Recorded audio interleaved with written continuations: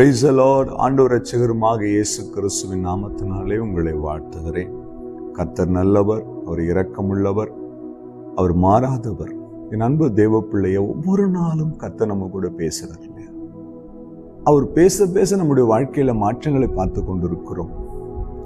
அநேக நேரங்களில் சில காரியங்களுக்காக நாம் ஜெபித்துக் கொண்டிருக்கிறோம், ஆனால் பதில் இல்லை. ஆனால் பரிசுத்த வேதாகமத்தில் ஒரு சில ஜெபங்களுக்கு உடனடியாய் பதில் வந்தது. உதாரணத்துக்கு ஒரு சில காரியங்களை சொல்லலாம். அதுக்கு முன்னாடி இந்த வசனத்தை வாசிக்கலாம். 126 சங்கீதம் 5 வசனம். கண்ணீரோடு விதைக்கிறவர்கள் கம்பீரத்தோடு அறுப்பார்கள்.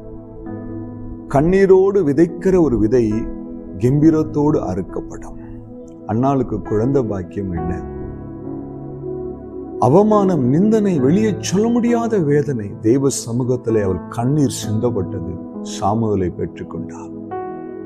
தன் பிள்ளை மரித்து போகிறதை காண முடியாது என்று வனாந்திரத்திலே ஒரு மனிதனும் இல்லாத இடத்திலே கண்ணீரோடு ஆகார் அமர்ந்திருக்கிறார். நம்பினவன் கைவிட்டுட்டாரு. இனிய வாழ்க்கை என்ன ஆக போகுது? என் பிள்ளை செத்து போக போகிறேன் அங்கலாய்த்த ஆகாருடைய கண்ணீரை ஒரு மனிதனும் பார்க்கவில்லை. கர்த்தருடைய கண்கள் பார்த்தது. இஸ்மவேலை பெரிய சந்ததியை மாற்றுவேன் என்று வாக்குத்தத்தம் பிறந்தது. மரணத்துக்கு நாள் குறிக்கப்பட்ட எசேக்கியாவுடைய கண்கள்ல கண்ணீர். வேதம் சொல்லும், உன் கண்ணீரை கண்டேன், உன் விண்ணப்பத்தை கேட்டேன், உன் ஆயுசு நாட்களை 15 வருஷத்தை கூட்டி கொடுப்பேன். அன்பு தெய்வ பிள்ளையே, கண்ணீரின் ஜெபத்திற்கு ஒரு வல்லமை உண்டு.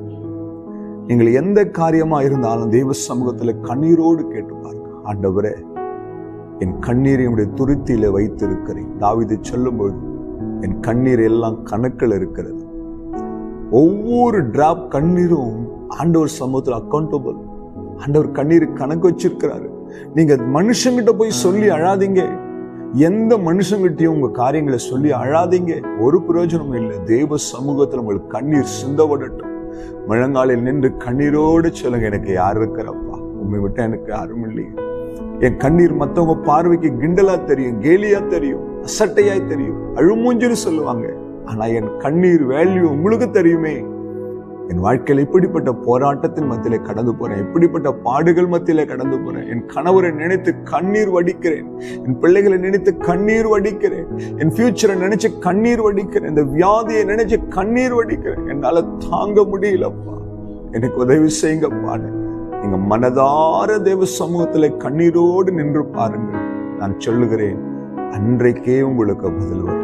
அன்னாளின் கண்ணீர் ஆண்டவரை அசைக்க முடியும்னா, ஆகாரின் கண்ணீர் கர்த்தரை அசைக்க முடியும்னா, எசேக்கியேலுடைய கண்ணீர் கர்த்தருடைய வார்த்தையை மாற்ற முடியும்னா, உங்கள் கண்ணீரும் என்னுடைய கண்ணீரும் அப்படியே செய்ய முடியும் என்று நான் விசுவாசிக்கிறேன். கர்த்தர் இன்றைக்கு கண்ணீரோடு ஜெபிக்கிற உங்களுக்கு ஒரு கம்பீரமான அறுவடையை வைக்க போறார். ஜெபிப்பீங்களா? இருதயம் உடைந்து ஜெபம் பண்ணுவீங்களா? ஆண்டவர் பாதத்தில் உங்க கண்ணீரை ஊற்றுவீங்களா? தலைமயிராய் ஒரு பாதங்களை நனைக்கும்படி துடைக்கும்படியா ஒப்பு கொடுப்பீங்களா? இன்றைக்கு உங்க வாழ்க்கை மாறும். ஆகாதுன்னு தள்ளனவங்க, உதாசீனப்படுத்தினவங்க, ஓரம் கட்டினவங்க முன்னாடி கர்த்தர் உங்களை கம்பீரமாய் நிற்க பண்ணுவார். ஒரு அறுவடையை தருவார். ஜெபிக்கலாமா? எங்களை நேசிக்கிற நல்ல பிதாவே, இந்த வார்த்தைக்காக ஸ்தோத்திரம் ஐயா. இன்றைக்கு யார் யாரெல்லாம் கண்ணீரோடு உடைய சமூகத்துல மன்றாடுகிறார், உடைய பிள்ளைகள் மேல இரக்கமாயிரும் சுவாமி. கண்ணீரை கண்டவுடன் மனதுருகுகிற தெய்வம்பா, எங்களுக்காய் கண்ணீர் சிந்துகிற தெய்வம்பா. ஒரு விஷயம் மனம் இறங்கி இந்த பிள்ளைகளுக்கு விடுவிப்பீராக, கம்பீரமான ஒரு அறுவடையை தருவீராக. நன்றி இயேசு கிறிஸ்துவின் நாமத்தில் பிதாவே, ஆமென். அல்லேலூயா. God bless you.